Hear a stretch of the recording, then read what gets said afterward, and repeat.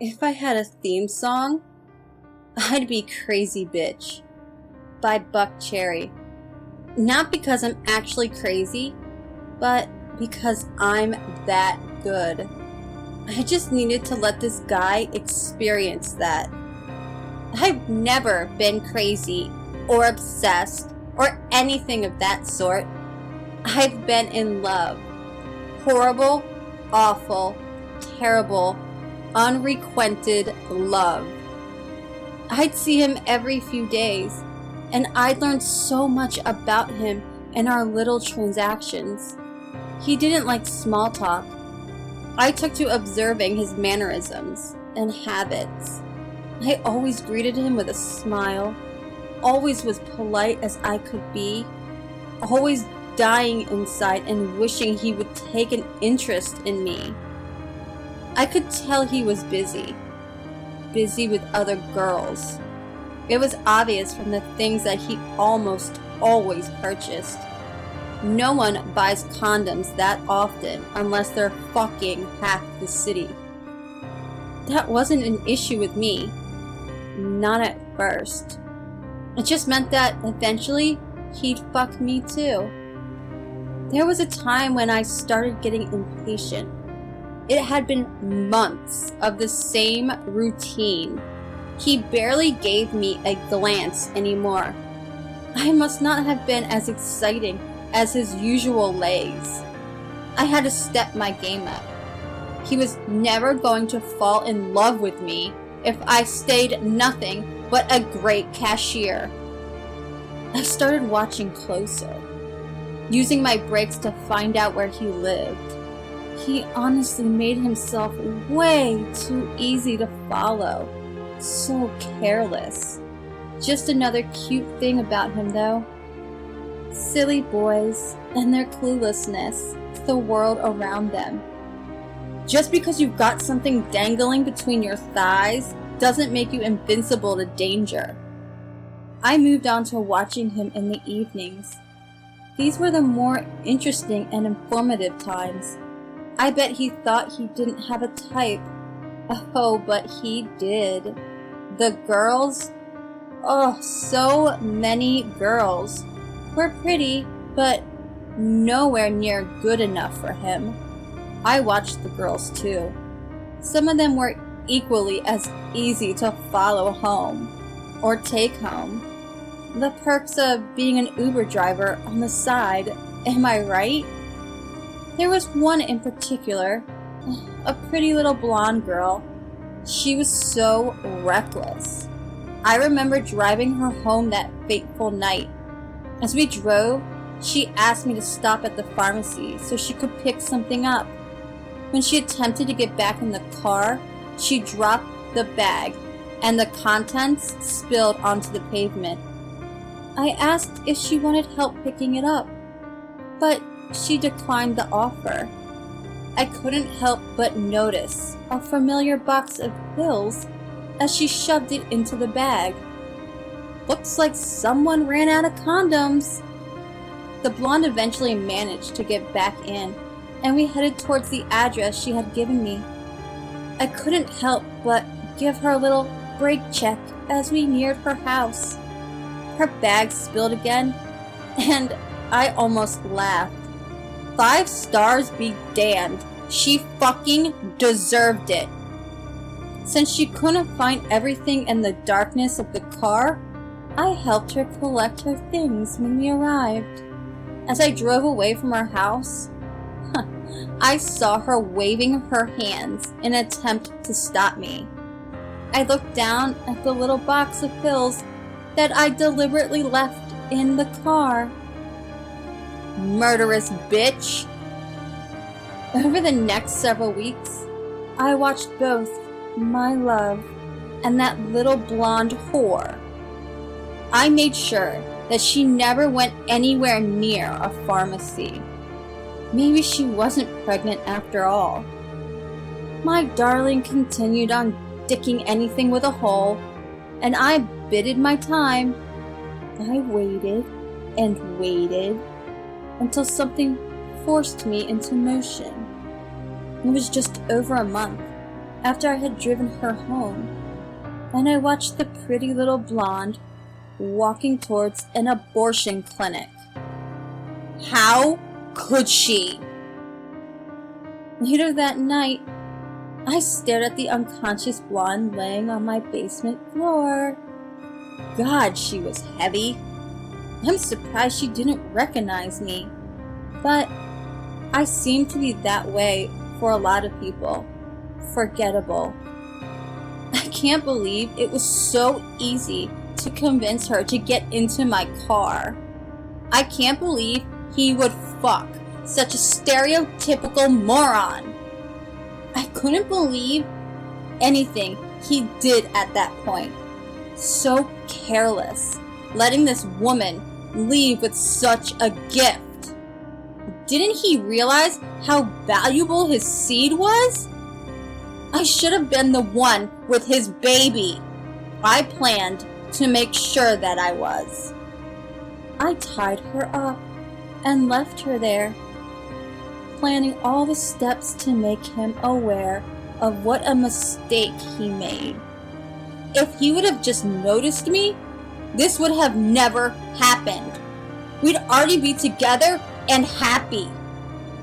It took me months to build up my perfect plan. All the while, storing away the little blonde moron. I kept her fed, and well, her only use to me was to eventually make him want me. Once I was ready to put the plan in place, I started sending him gifts. I always kept the blonde bimbo well groomed. She was my personal prize after all I had done for this man. She didn't deserve him. She didn't deserve anything. First, it was her toenails. I wondered if he'd remember the pretty shade of blue that First, it was her toenails. I wondered if he'd remember the pretty shade of blue that remained in small flecks. It takes about 6 months for a toenail to grow enough to cut off all the nail polish. I think hers grew a little slower. Maybe it was because the lack of sunlight and exercise. I waited in front of his house for him to drive by. Then I ran and shoved the kiss-marked envelope into his mailbox. I had to drive quickly to make it back to my cash register before he checked out. When he left the store, I couldn't help but follow him home again. Oh, he was so oblivious! I sat in my car and saw him through the front window of his home. He opened the envelope and dumped the contents onto his kitchen counter. He looked disgusted and instantly brushed them away. I giggled to myself as he sanitized his counter. Look how disgusting the girls you fucked really are. This is why you need me. I sat there and watched him until he passed out on the couch near the front window. He always looked so cute when he slept. I almost didn't want to wake him up, but I had one more gift to give him from that little blonde whore he fucked nearly a year ago. I vaguely wondered if he'd recognize the smell of the slut on the package. I was going to hand it to him, but I chickened out and got nervous as soon as I pounded on the door and ran back to my car and hid.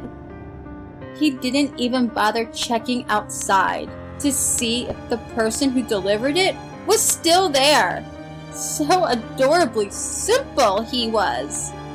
I giggled again as he opened the box. It was only moments before he was emptying the booze in his belly into his kitchen sink. I drove away satisfied. Don't you see how disgusting your little sluts are? I dolled myself up the next day. I knew he'd be coming into the store. He always did after drinking as much as he did the other day. And guess what? He noticed me. He flirted with me. I was all too excited to give him my number. Finally, I'd show him how a good girl fucked. He sent me texts all day long, and I was over the moon. I couldn't help but rub them in the captive blonde's face. Guess what, bitch? He's getting older. You're running out of time. He's gonna be mine. She didn't say a word to me. She hadn't for months. We'd have some interesting chats if she wasn't such a dumb slut. What did she think would happen if she kept screaming? I didn't need her tongue, so she didn't need it either. I made sure to bring the same sleeping pills that I had used on the bitch. How she couldn't have tasted them in the water that I gave her that day was beyond me. And how she didn't notice that the seal was broken on the bottle was even more baffling. My love really didn't pick girls with brains. I brought the pill bottle just in case, but I had several crushed up in a little bag before I got there. I was so excited. I didn't want anything to go wrong. We talked and talked, and I was beyond happy. He was listening, and I was trying not to admit that I was madly in love with him throughout it all. We drank and drank, and when he started getting noticeably tipsy, it was all too easy to slip the powder into his glass. Eventually, we made it into his bedroom. I was so excited, I practically jumped him. I shoved him down onto the bed. The pills kicked in soon after, and I was able to have my way with him again and again. I hoped and hoped all the way through it that I was filling myself with the same gift that blonde bitch had tried to throw away. I'd show him what a real woman would do. I left a heart drawn on his fridge to remind him of the magic we made, to remind him that I'd be back, and so he wouldn't forget how our love truly began. But he did forget. He ignored my texts and calls. He stopped coming to the store. He acted like I meant nothing. After everything I gave to him, he abandoned me. For months, I planned what to do. I watched my belly swell all the while. I should scare him. I should make him aware of the consequences of fucking with my feelings, of not loving me. Honestly, I'd wish I'd thought of it sooner. But I'd been so busy taking care of things in my own home. The most intense thing I could muster while I plotted was to smash his windshield. But that wasn't enough. I left him notes too, but he didn't seem fazed by the messages which offered him fatherhood. Was he as careless of a parent as his little blonde idiot? I hoped he would be smarter than she was, or at least more useful. Breaking into his house at least left me with my own little memories of our passionate evening. By that point, I no longer needed the bimbo in my basement. Pieces of that slut were spread around the state. She wanted to spread her legs. Now look how far apart they are. She deserved it for not accepting the gift of motherhood. I debated sending him more pieces of her. But that wouldn't be satisfying enough. He needed to experience the feeling I felt when I saw that whore trying to get rid of his beautiful spawn. I had to go out to a farm for my final gift. Watching him open it was the sweetest satisfaction. He was mortified by the bloody package. It's amazing how similar an early-stage human fetus is to a pig fetus. My giggling was uncontrollable as he retched on the package and the porch, and it prompted a round of giggles from the back seat of my car. I smiled at the beautiful blonde boy. He looked so much like his daddy. Thank God my plan worked before. I was tired of his whore of an incubator having to breastfeed him. Now that my little boy's sibling was growing in my belly, I could feed him on my own. And as for their daddy, well, he won't ever forget me. And I'll be back soon to show him what our love made. I can't wait. Once our little angel is born, we'll have to be a family. He'll have to love me. He'll be so happy that I saved his other child from that murderous blonde moron. He'll appreciate all that I've done. He'll realize how in love we truly are. We'll be together forever. Thank you for watching. This is actually a 2-part series. Please go and check out Nordic Vampire's channel for the second part of this story. I will place it on the screen and a link in the description box to his channel. Let him know that his love sent him, and also tell him I'm watching him and I know what he's doing. Please leave a like, comment, and share and subscribe to mine and his channel if you haven't already. Below we'll have mine and his social media information and where you can contact us. And don't forget, I'll see you in the next